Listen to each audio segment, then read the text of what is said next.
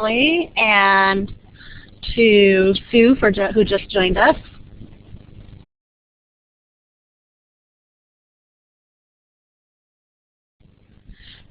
So hello, welcome everyone to First Tuesday, brought to you by the Washington State Library.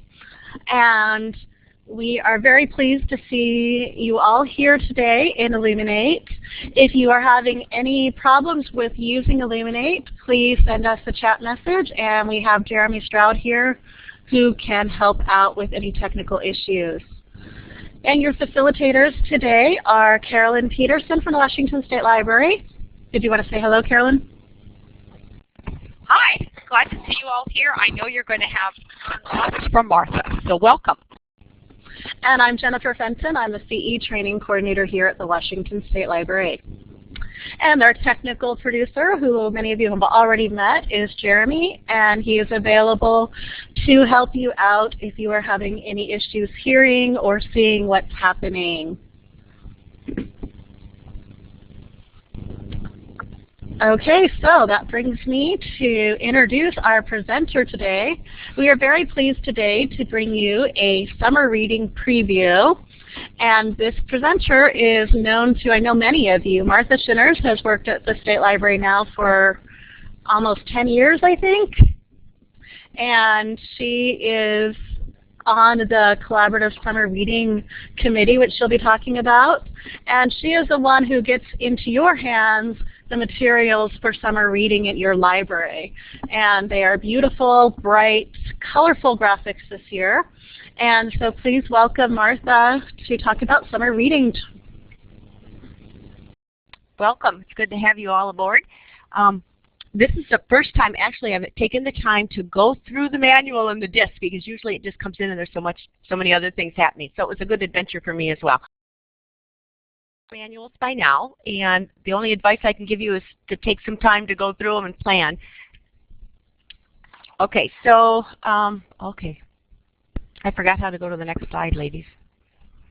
It's different than yesterday's practice. Okay, see, I'm learning.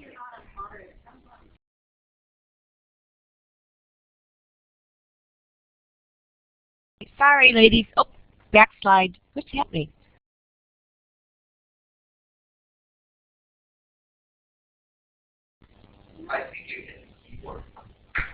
How am I hitting? Okay, we're trying to troubleshoot why my mic goes on and off. Sorry.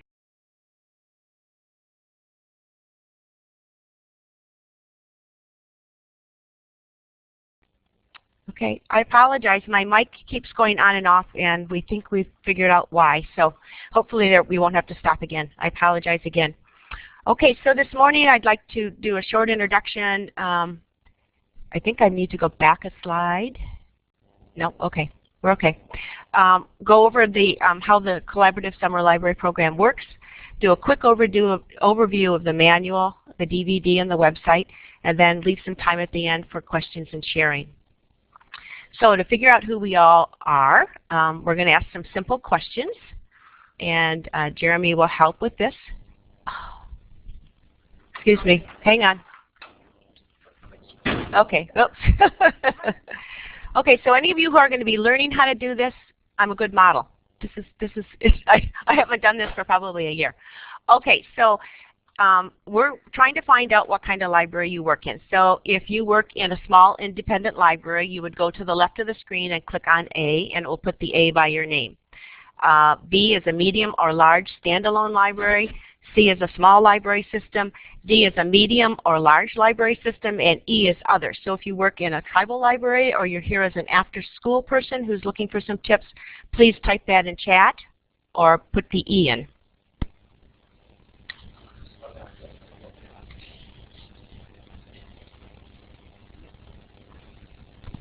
You will notice below the participant window over here to the left, there is an A, B, C, D, E button. If you can use that for the poll.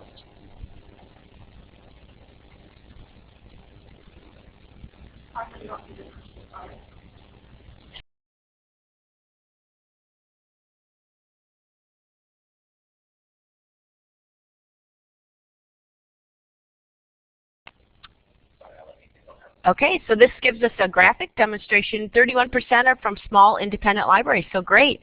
6% are from medium or large standalones, 25% from small library systems, 12% from medium or large systems, and 25% from others. So, or 4. That's great. We have a nice, real nice mix today. So part of that question is, that's okay. Where you work can sometimes affect how you make decisions. Sometimes you can make it yourself. Sometimes you need to go through the approval process with your management, and even sometimes your board. And then depending on what kind of library you're in, there are staffing and budget issues. So only you at your system know how best to handle those. Some libraries, everybody pitches in. I worked in a library system once where even the circulation staff wanted to be involved, so everybody looked at what we were going to do and took a piece of it and did the planning, which was kind of fun. It also was real good buy-in for them. They were able to know about the program and really welcome families in when they came. So however you do it, planning together is more fun. So if you're one of those standalone libraries, you may wish to get with some other libraries via conference call or email and pick out sections that each of you look at. There's so much material in the manual that it is incredible how long it just took me to figure this. So, okay, so 43% of you plan alone. And 12, okay, and okay, so 7 of you plan alone, 2 of you plan together, and 7 of you, I'm assuming, don't plan at all. That's us. Oh, that's us. Okay. I was going to say, whoa, okay, it's a good thing you're here. We can do some planning. Okay, so this is another option. I know some of the larger systems do a summer reading workshop. They might hire someone to do the training. They might divide, like someone might do the manual, some might do separate programs, someone might look at the website and make suggestions and share things. So however you work, there's a lot of ways to make it work for you. Okay, so I'm going to just give you some quick overview on how the collaborative summer library works. The bulk of the work is done by committees, and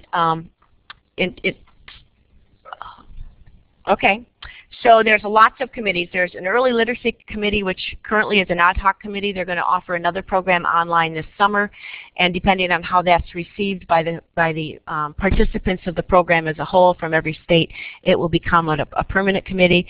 The Children's Manual is the oldest committee, and it's also the largest. The Young Adult Manual Committee was put into existence about 5 years ago based on feedback saying they wanted a more specialized program for young adults.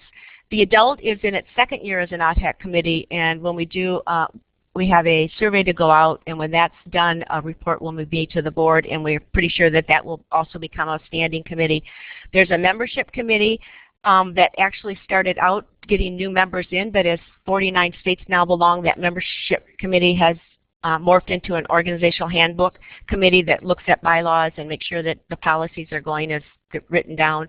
There's a diversity committee that looks at all kinds of diversity and tries to include things in the programs that will welcome all kinds of children and all kinds of families into the program.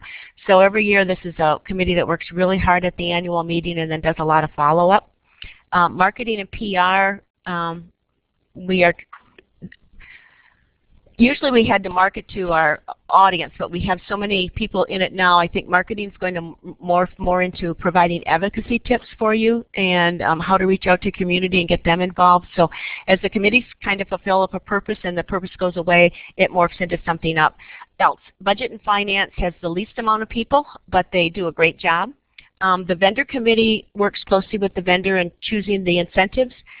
They also work with with Upstart, who does the contracting for the artists, the illustrators.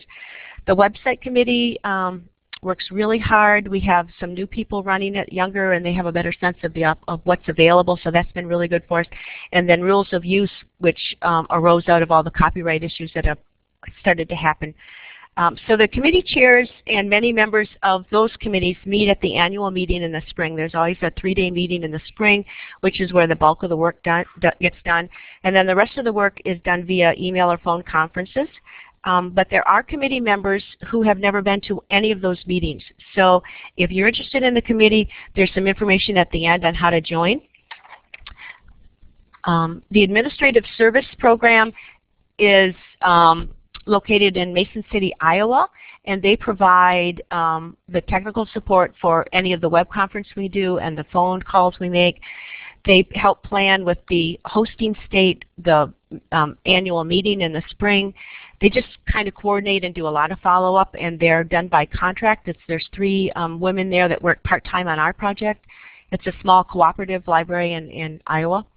And the Youth Connections listserv is the listserv that comes out of the Washington State Library. So a lot of what, like I have right now currently, the adult summer reading survey to send out. So if you did an adult program, I'd appreciate if you'd fill that out. And I also have requests from each of the committee chairs for the youth and teen, and mine as well, for ideas for the 2012 program, because already we're working that far ahead. So if you have good ideas, we'd love to have you send those in. Okay.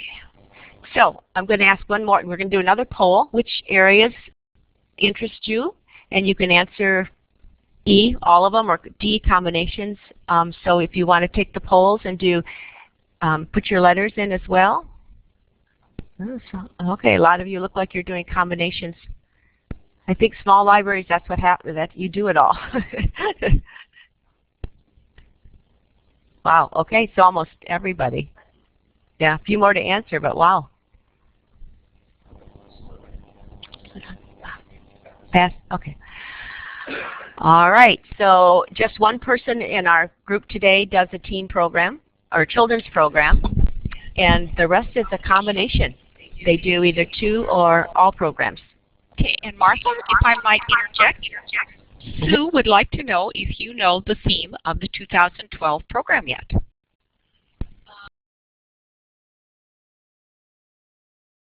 To turn my mic back on. Yes, I do, Sue, but I don't remember it. The 2012 theme is underground. So I know the adult program is under the covers because that's the one I'm working on. But it's posted on the website, so we can find it. I can give you where to go to look at it. The problem with this is, for me, I'm doing the follow-up on the 2010. I'm getting the 2011 out, and I'm working on the 2012. And my head just they kind of mash together. So thanks for asking, Sue. That was a good question.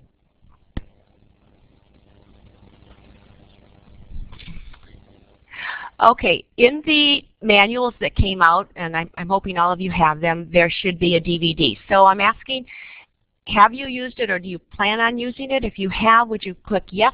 And if you haven't, would you click no?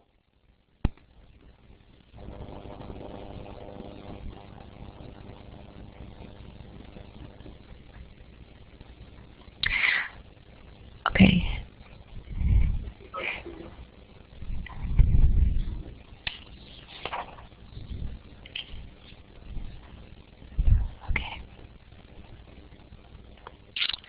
Okay, 6 of you do not use the program, 6 of you do. So if you don't use the DVDs, can you type in chat or use your microphone and tell us why? I'm thinking I need to do some kind of a letter or some kind of outreach to communications departments at public libraries, because the DVD has a lot more on it than just the graphics this year. And it's been, every year it's been added to. Can you tell us what is on there? It may be that people just have never noticed the DVD, or this is their first time using the manual.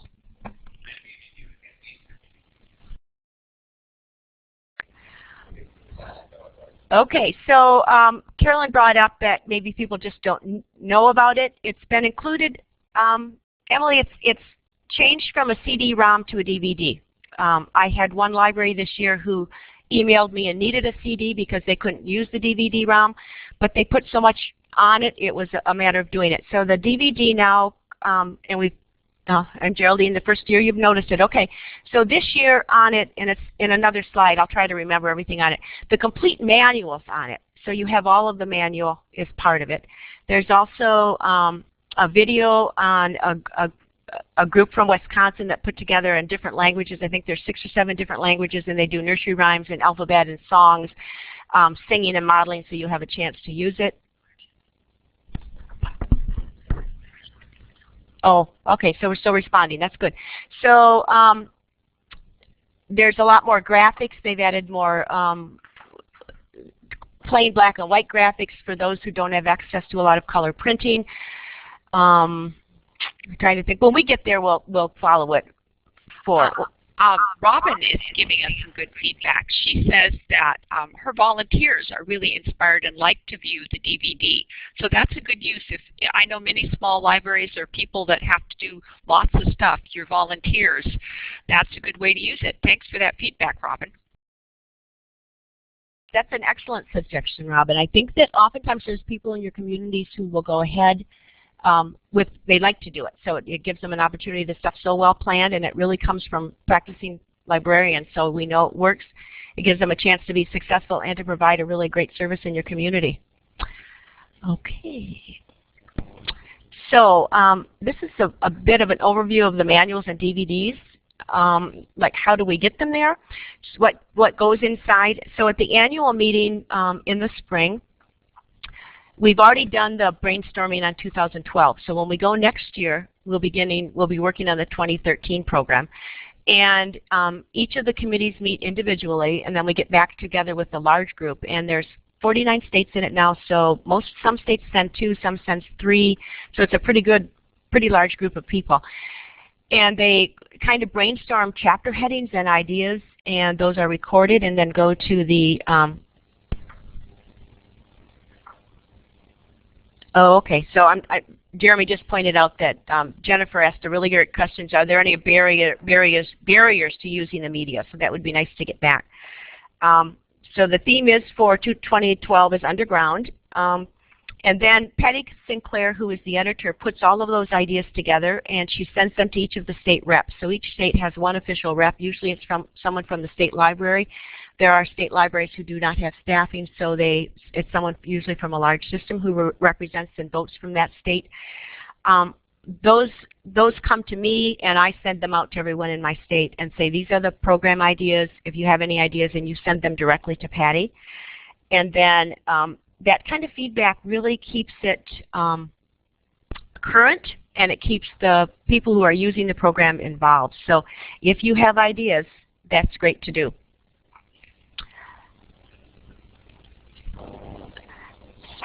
Okay. So the children's program this year is One World, Many Stories. I would urge you to spend some time on Chapter 1. It's a great chapter on planning, and it is the most let me start again. Okay, so in the children's manual is the largest. It's the oldest group that's met, and so a lot of the beginning kinds of how to start and how to work is in the children's manual, with just brief pieces of it in the teen and the youth.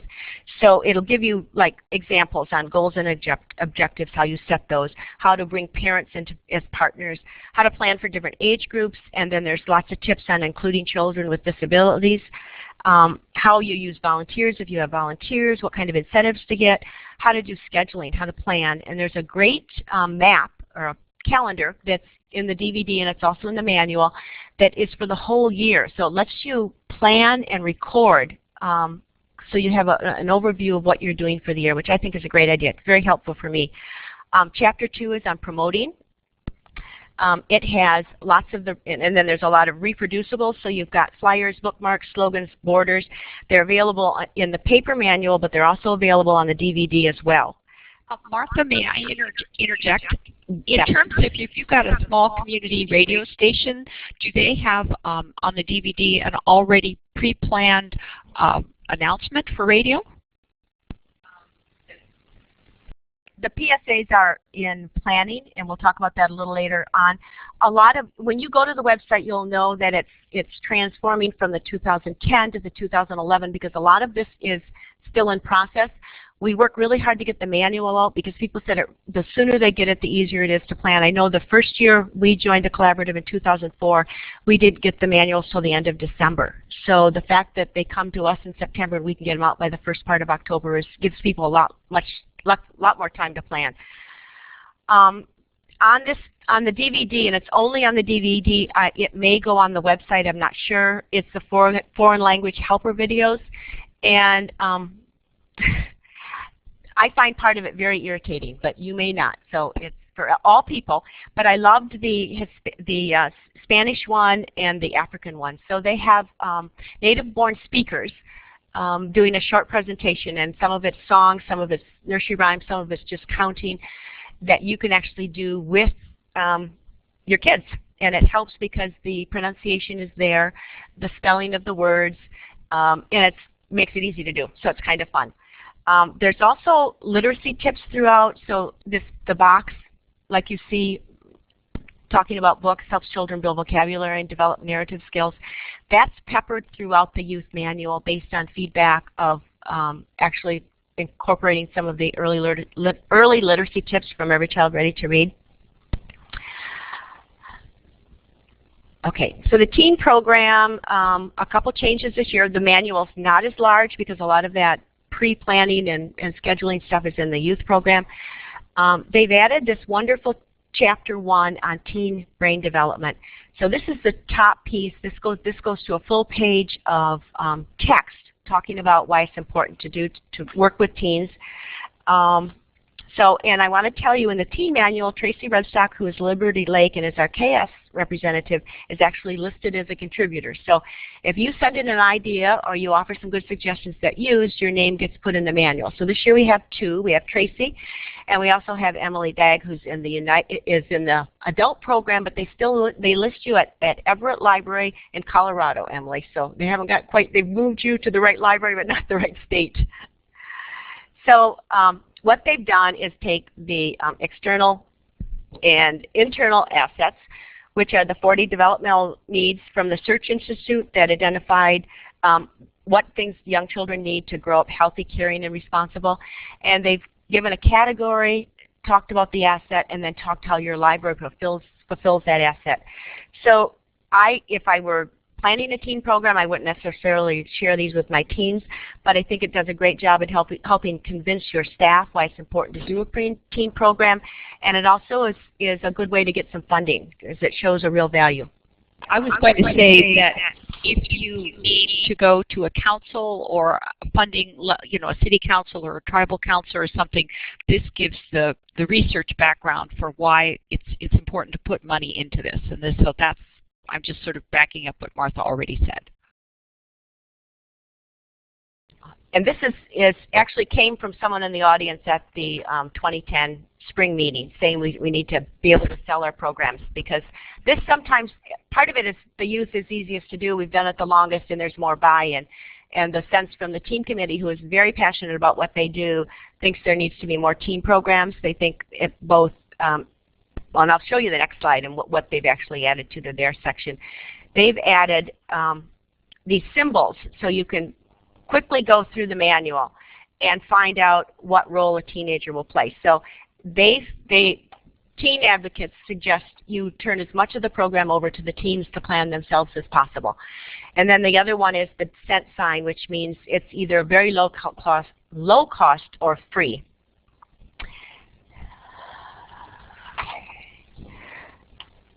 Okay, so this year the PSA for teens is going to be done by the teens themselves. So in School Library Journal on September 30th, 2010, this little blurb appeared. There was another paragraph above it saying that the collaborative was going to provide this contest this summer. And the committee was still meeting on how they were going to do that. So we aren't real sure who sent the thing to School Library Journal, but it created a great, not in our state, thank God, but a lot of the other states, multiple calls to libraries saying, how do I find out, how do I find out? So just so you know, the collaborative is going to host, instead of contracting for a PSA, which involves a lot of, you have to write the contract, you have to send it out to bid, all of those kind of things. they thought it would be great if the teens developed their own, because they thought it would interest them more anyway, because the PSA from the teens was not used as much. So the rules will be coming out probably in early spring or right after the first of the year, and they'll be due in the spring, because then each state will choose their top winner, which will will be posted on the collaborative website. So next year, if you want a teen PSA, you can go to the collaborative website, and hopefully there will be 49 PSAs developed by the teens themselves. So this was just kind of interesting. So I think it's a really great idea that the team committee brought it up, and after a very short discussion, people kind of joined in. Okay, Robin, teens are a tremendous challenge simply because they have so many competing demands in their time. I can't get most of them to attend a full session. Okay, Robin, we might ask for someone else to give you suggestions. I know in some libraries they've gone down to the tweens to help the kids do programs. They volunteer with the youth, and they also help plan some of their. So if you have an idea for Robin, if you could type it in the chat, that would be great. Thanks, Robin, for the question. That is a good question, and that's, I think, one of the advantages of working together, because probably what you're having difficulty with has been someone else has had the same experience. The adult theme this year is novel destinations. Novel destinations. It's the shortest one of the manuals at all, but it was, because it's an ad hoc committee, it was not part of the original contract, and Upstart is just kind of doing it for us. So the next contract, this will be in the actually in the contract. This was an idea on page 18, which I thought, even though it's in the adult manual, it would be work well for family programs. And I want to tell you that my experience is what's in the manual might be in one section, youth or teen or adult, but oftentimes with just a little modification, it could span all those age categories. So if you see an idea in one of them you'd like to try with an older or another group, please feel free to try that. I think that's really good, and it makes it personal for you, and it can adapt to your community. Okay, and at the end of the adult manual program, there's this planning form, which is also available on the DVD to print out or put on your computer. I think it's a great way to plan and to keep track of where you are in the planning, but it's something you could use year-round. So I think a lot of what's in the manual are ideas and resources that don't necessarily have to be just used for summer reading.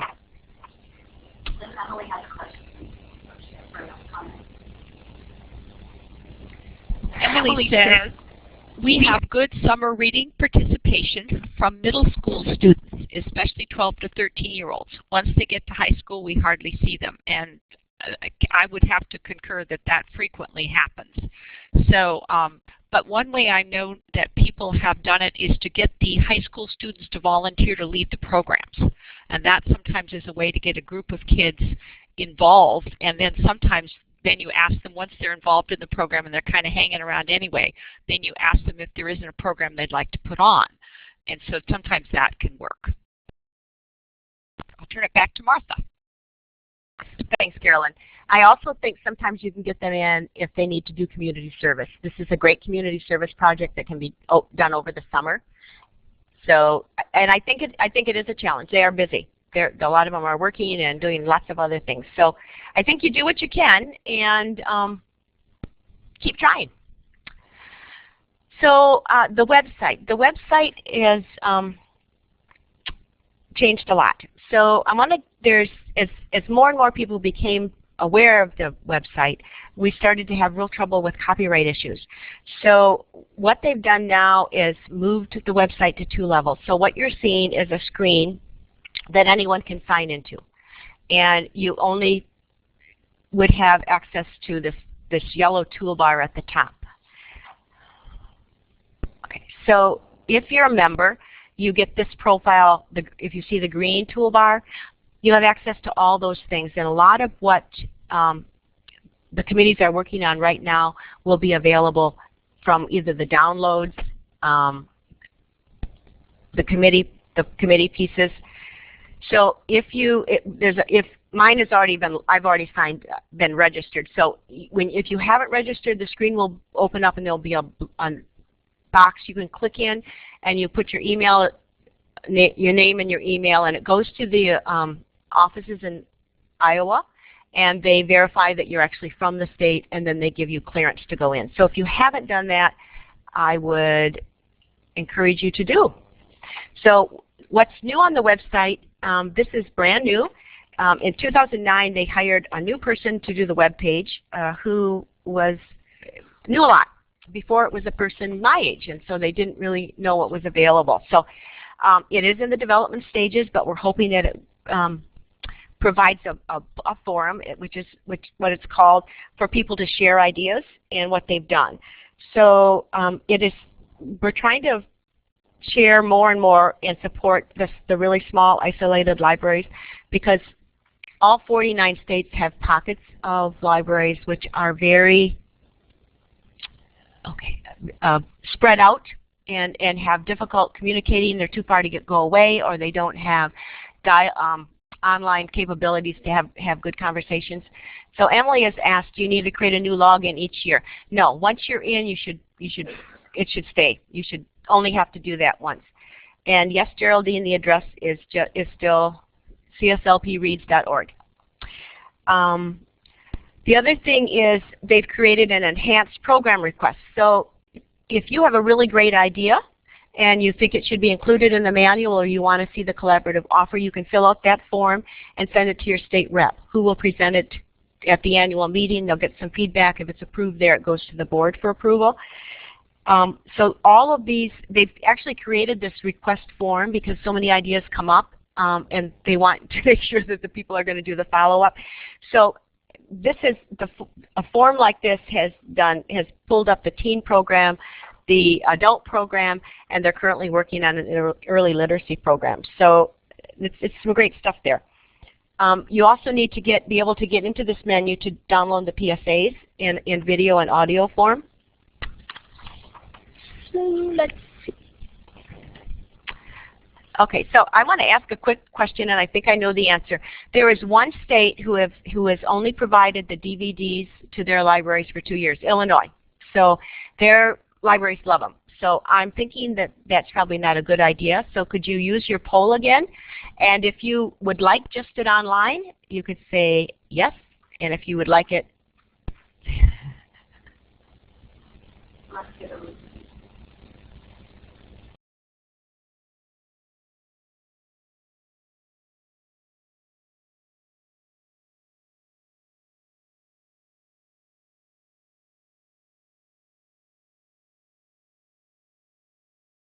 okay, so 12 of you say no, and 2 of you say yes.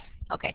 I think that large libraries have better printing budgets, and they also have better access to their computers. Some of the smaller ones are running on older programs, and it's just overwhelming to actually have to open that up. So that's good. I think that as we go down the road, that's the way it's going to go. But of all the states who they've offered the option for 2 years, and Illinois is the only one that's taken them up on it. So, okay, these are some of the things that are on the DVDs.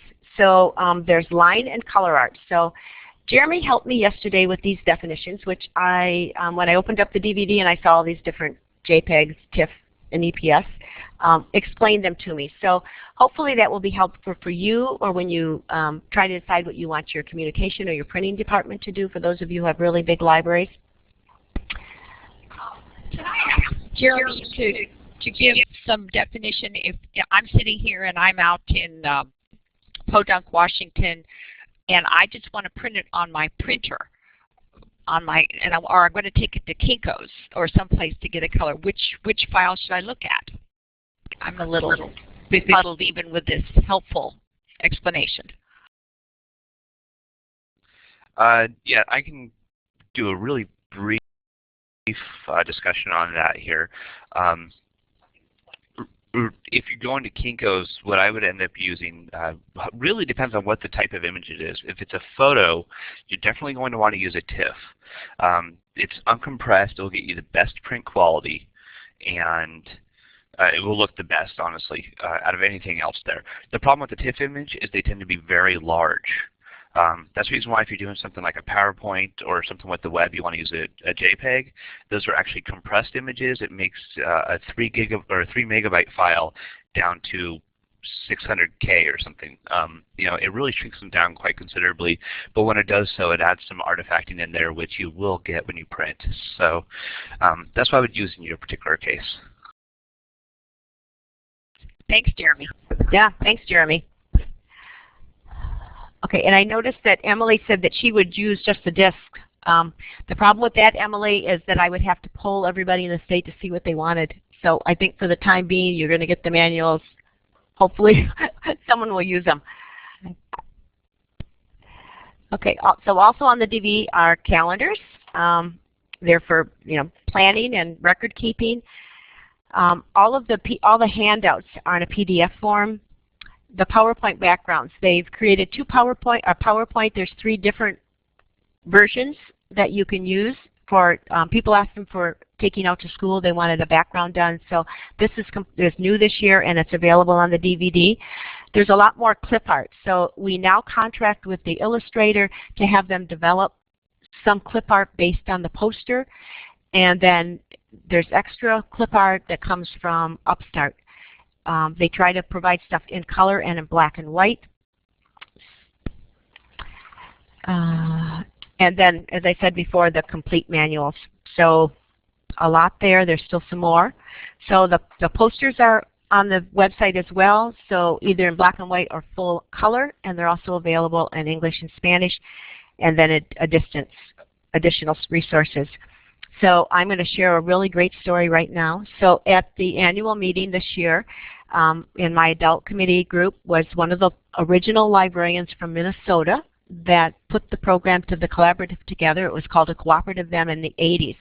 And Minnesota ran into some real problems with the state, and they did not join the collaborative as it got bigger and bigger. They dropped out maybe 12, 15 years ago. She was delighted that we had kept the essence of the group. She didn't think there would be as much discussion, that sense of collaboration and making decisions based on what was better for the whole rather than your individual state could be maintained with this many states in it, but it really does. So it's a great program that has a lot of feedback from people on the ground, and when we make decisions at annual meeting, we really have to take into account, does it work for everyone? Because there's even with our state, great differences in what libraries, and when you pull all 49 states in, it makes it even bigger, the differences. So what's coming? There are new templates. Currently the Diversity Committee and the Web Committee are working with Upstart to create templates of some of the materials that would be easily translated into another language. Every year we talk about this. We try to do things in Spanish and other languages. And so we're going to try for a year. So if you work with a large Chinese population, you'll have a template that you can change one of the games or one of the word searches, something into Chinese. The template will be there. We're going to post them on the web with a disclaimer saying that we aren't responsible if they're translated correctly, and see how that goes. We think it might help, because there's some of these libraries have so many languages, there's no way the collaborative could do it. And then the differences in the dialogues from section to section, even within those countries, creates a problem. We're also working to collect statistics from every state. And what that will be is the federal statistics that are collected by each state library. Evelyn from our state, who collects ours, is going to, at the December meeting, make a presentation saying that the collaborative would like each state to ask the same 3 questions, and 2 or 3 questions. So basically what we want to just get is a general number of how many people participate in the program.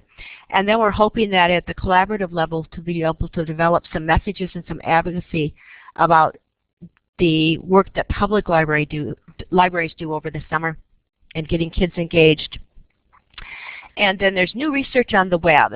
So this one I wanted to share because I think it's so good. So this is from Carl Alexander, who's a professor of sociology at Johns Hopkins University in Baltimore, and he studied the same group of people of 800 people for 27 years. And his research confirms that children from less affluent, less education backgrounds fare worse in life than children from more privileged backgrounds, which we all knew. But his work also shows that much of this achievement gap can be traced to the learning kids do during summer vacations. So his conclusion was education outside the classroom through summertime activities rooted in family life can boost kids' prospects for the future. So this is the quote that I really like, but because his last line was, yet these experiences make a difference with a visit to the public library being the most discriminating factor of all. So libraries are, for a lot of families, what they can do over the summer. And I think, like went to this year's theme of travel and One World, the way of exposing families and pulling on the people in your community that can do the sharing makes this a really powerful theme. So also in the research on the web, there's a great flyer that the Colorado State Library did called Prevent Summer Setback with some really nice quotes from the research. There's some other research there, so what's on this posted on the website, feel free to borrow to take the pieces of it that works for you. That's why it's up there. Okay, so sharing your ideas. The collaborative needs input from all libraries. So we really want to know what works and what doesn't work for you. If you see a new offering that you think, is there a better way of doing something? And on the committee page, once you log in, there is this box now. So you will click that if you'd like to join that committee, just to get more information about how the committee works, how much work do they have, and make a decision with your state rep if that would be a good committee for you. I know that the youth and teen committees get swamped. They are the largest committees, but they also have, in the spring, right when you're getting ready to gear up with your program for, like, okay, so this spring 2010, you were gearing up for this last year's theme. And what they're getting is all the proofs from the artists, trying to make decisions on those, all the samples from Upstart for the incentives and trying to make decisions on those. And they all have to be done voted, and they all have to have, some of them have 24-hour turnaround time, which is why the committee is so large, because there's no way you can do a 24-hour. They need to get enough feedback so that they can go, the committee head can go ahead with the decisions. Okay, also wanted to tell you that Illuminate has what is called a V room, which 3 people can join in on a conference call and use Illuminate. So you could just do the audio if that's what you wanted to do. That's free. You just have to go into Illuminate yourselves and sign up. So for some of you in more less populated areas or in small branches that are further apart, would like to find someone to maybe share the planning with, to share your ideas, to share who you're getting for performers next year, that might be a way to go. So I want to thank you for all that you do for your communities. You do make a difference. And I want to remind you to have fun. This should be fun. I know it's a lot of work, and it kind of segues one year into the next without any break at all. But it is fun, and you make a real difference. So thank you. So if anyone has questions. If you don't have a mic, please type them in. Type them in the chat, and then send them, and we'll read them out loud. And also, please take a few minutes. Thank you, Martha. That was very interesting and exciting information. And since we have such a great group of colleagues here, I invite you to share your ideas on what works for you for summer reading and maybe how you've used the collaborative summer reading program in the past. If you've used it, what's been successful, what tips do you have to share with the others? We have a good combination here of people that have done this for a long time, as well as some new people that have never worked with summer reading. So this is your opportunity to share, and if you have questions, please feel free to ask those questions. We have some good comments. Sue Hagfeld really loves the artwork this year. That's great. And Andrea says the graphics are wonderful, exciting color, and she can't wait to see it all over the summer. And that's going to be great. I love the theme this year. I think that the theme is going to be a wonderful one to work with. But Pamela has a question. Martha, what languages will be included in the resources? Pamela, it depends on. Okay, let me go back. So right now there's a lot of, the Spanish is what we pay to have translated. So in the manual you'll find lots of the worksheets translated in Spanish. The other languages we're depending on libraries themselves to take the templates that are being developed that will be on the website. So those will go up hopefully by spring. You'll be able to give them to someone in your community or someone that you know that speaks another language. They will do the revision into that language, send it back to the collaborative, and it will be posted on the website. So it's one of those things that's coming down the road. They're still working with Upstart to develop, to go through the manual to see what forms and what games, those types of things, lend itself to translating easily. And then you'll get the template that will have the box that you just pop the language in. A lot of this, as I said before, is still in the planning stage just because a lot of what we're going to have available on the website for 2011 won't happen until the spring. Just because this is all done by committees, all people like you who are working other jobs and trying to manage this at the same time. The other thing that I'll share is that there was an early learning component on the web last year. That is being developed again. I emailed to the chair of that committee, and they hope to have it done in the spring as well. And there is discussion. This might be something you want to think about, and then sometime let me know how you feel. There was a long discussion at the annual meeting about whether the early learning should be a separate standalone program like the youth, teen, and adult, or whether it should be incorporated throughout the youth manual. So there are pros and cons either way, but it'd be great to get some feedback on that. Great. And okay, there are a few more comments. And real quickly, Doug did not get his, and they have been mailed. Can we do a real quick check and X if you put a green check if you received your manual and a red X if your library has not received your manual? So it looks like most of the manuals have found their way to the library. So Martha, is there anything Doug can do other than just track it and ask you? Doug will track it after this meeting and make sure when it went out. Jeremy's making a note right now and get back to you. And Tracy, I think that's really cool that you're going to be using it, putting your own logos, and then using this with your tribal preservation language. That would be, are you going to be, I think that'll be really cool to have your own native language there. See, this is Martha. So when those templates are available, I'll send it I send an email out anyway on youth services, but I will send a quick email for you, and that would be a great one to share, even if people don't use your language, to see that somebody else has done that language. And Robin, you have a great idea too. This is exactly what we want with kids with literacy and getting involved in reading. Emily suggest that we do a separate early, or that's what you do at Everett then, Emily? You guys do a separate early childhood program? And you know, I think a lot of library, I won't say a lot of, but I know that I have come across many summer reading where they do, you know, do an early childhood program, one for grade school, a kindergarten, say through 4th grade, and then do a tweens, and it's just been increasingly segmenting out. Emily, did you use anything that was available last year from the early literacy, the early learning program?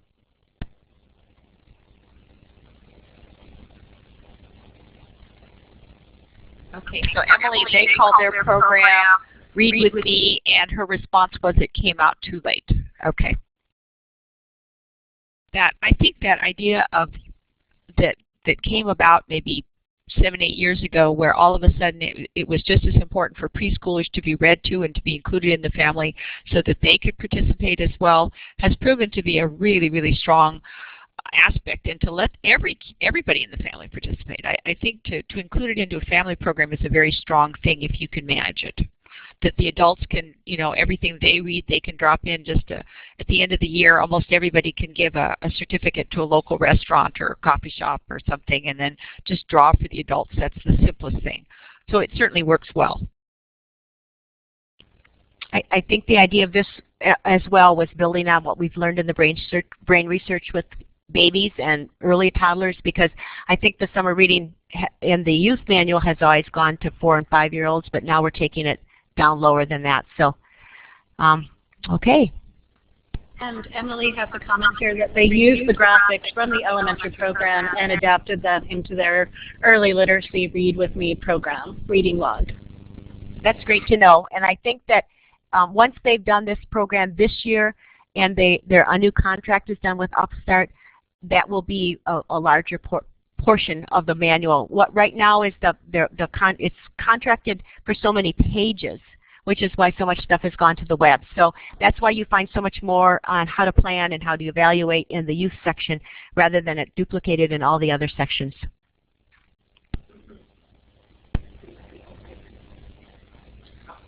We can tell that people are typing, so we will wait for their questions to pop up.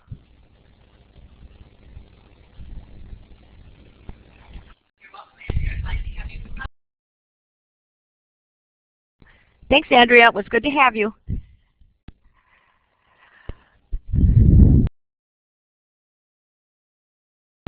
And the other thing, please feel free to call me or email me if you have questions or just want to run something by me.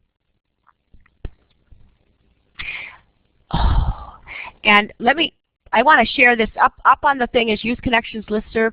That is the listserv that just gives youth services information from the state library. And it also can be sent by you. You can also use it by just doing it, sending it back to ask a question to the larger group. So the last time I checked, there were about, I don't know, 1,000 people on it, but I think it's other than youth services.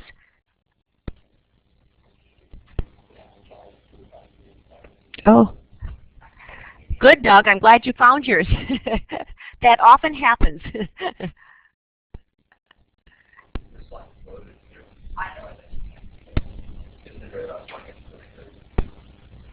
I just typed it in because I was having trouble reading it on the screen. I couldn't see that, so I just typed it in so that if you wanted to join the listserv, you do it. And Martha, would you be so gracious as to type in your Jennifer with the flying fingers? Wow, wasn't she fast?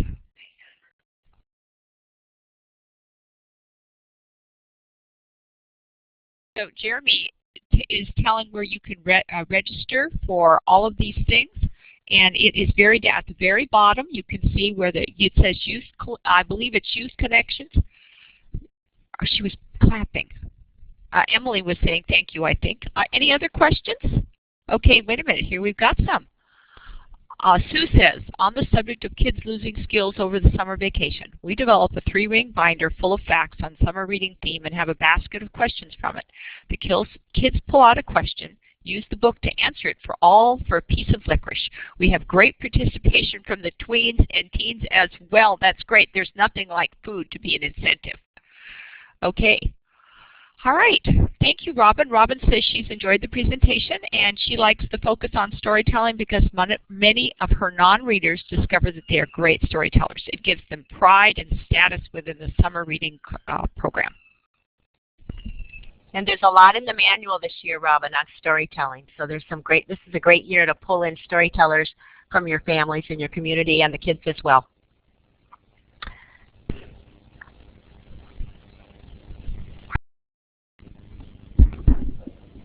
All right. Any other questions for Martha or anyone else?